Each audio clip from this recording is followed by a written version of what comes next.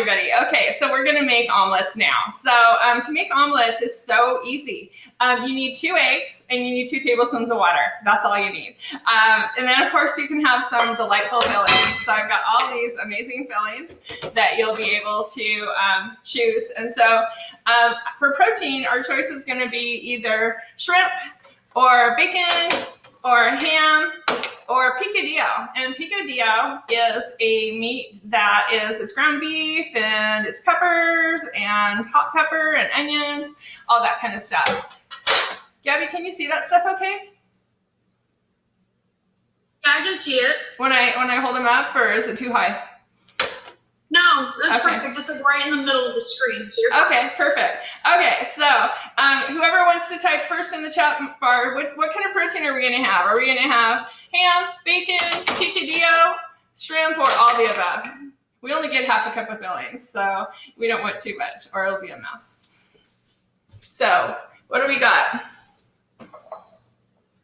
Gabby, you're going to have to read for me because I can't see the screen. Abby says bacon. Spence says carrots. Jacqueline also says bacon.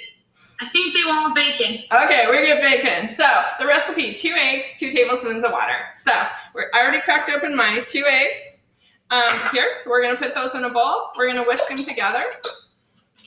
Oops, I got to turn on the burner too. My burner needs to go like medium to medium high. And I just want to start getting it hot and melting my butter. So I'm going to whisk together my eggs.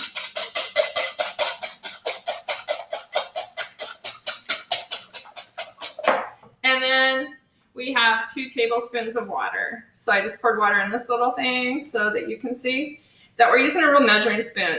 Lots of times people think that a tablespoon is a tablespoon on the stove, or in your silverware drawer, and that's a different kind of tablespoon. It will measure differently. So our eggs are already ready to go. We've got bacon. The other options I prepared were I made some. I cut up some peppers if we want peppers in it. I also have, of course, cheddar cheese here. And then don't forget that omelets can be made to meet dietary restrictions. So if you have a friend who has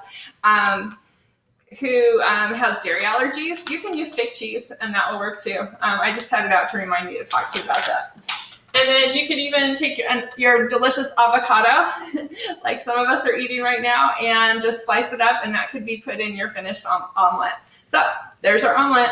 Okay, my butter is melting and bubbly already, so I need to get moving here. So what I'm gonna do, I'm gonna move all these toppings out of the way now because it looks like we're not gonna use them.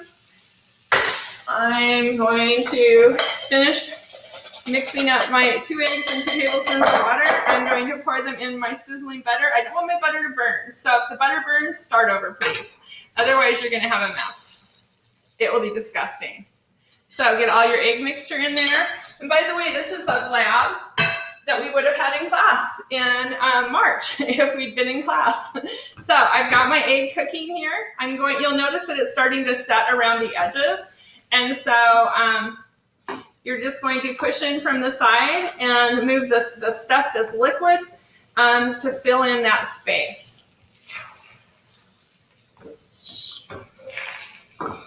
I don't know if can you guys see that okay? Hopefully you can. And so you just keep doing that, pushing in from the sides until nothing slides anymore. And then just let it sit there to finish cooking. And then I need to add my fillings. So I'm going to add my bacon.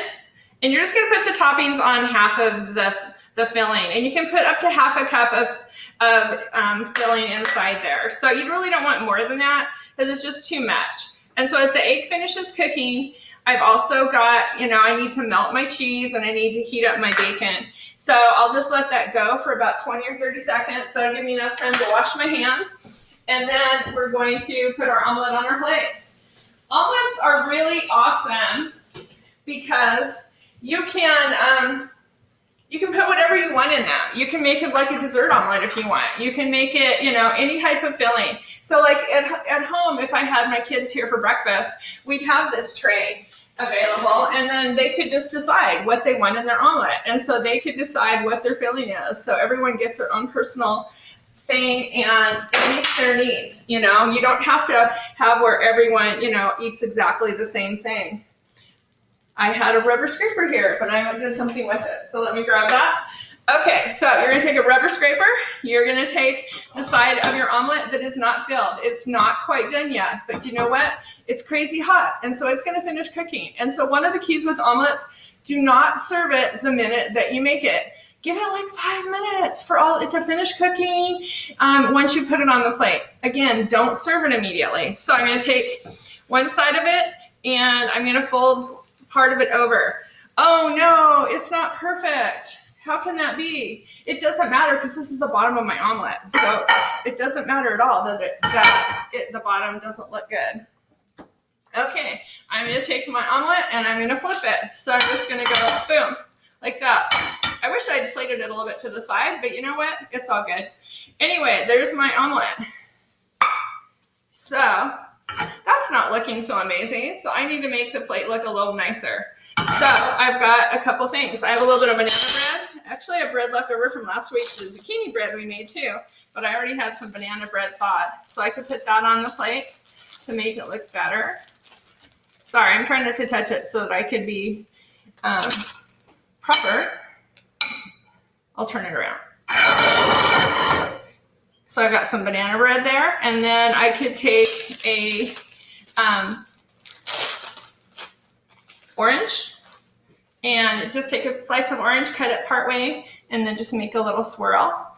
And now you've got a pretty breakfast. So that's how you can make yourself some breakfast. So that's one option you have, is to make an omelet for breakfast. And you can make that for your family. And hopefully that would be, I'm going to put it over here too, because I'm filming it so that I can show the kids who didn't come to class. Anyway, so that's how you can make an omelet. If you can give me about 30 seconds, we're going to go back in the dining room and continue our lesson.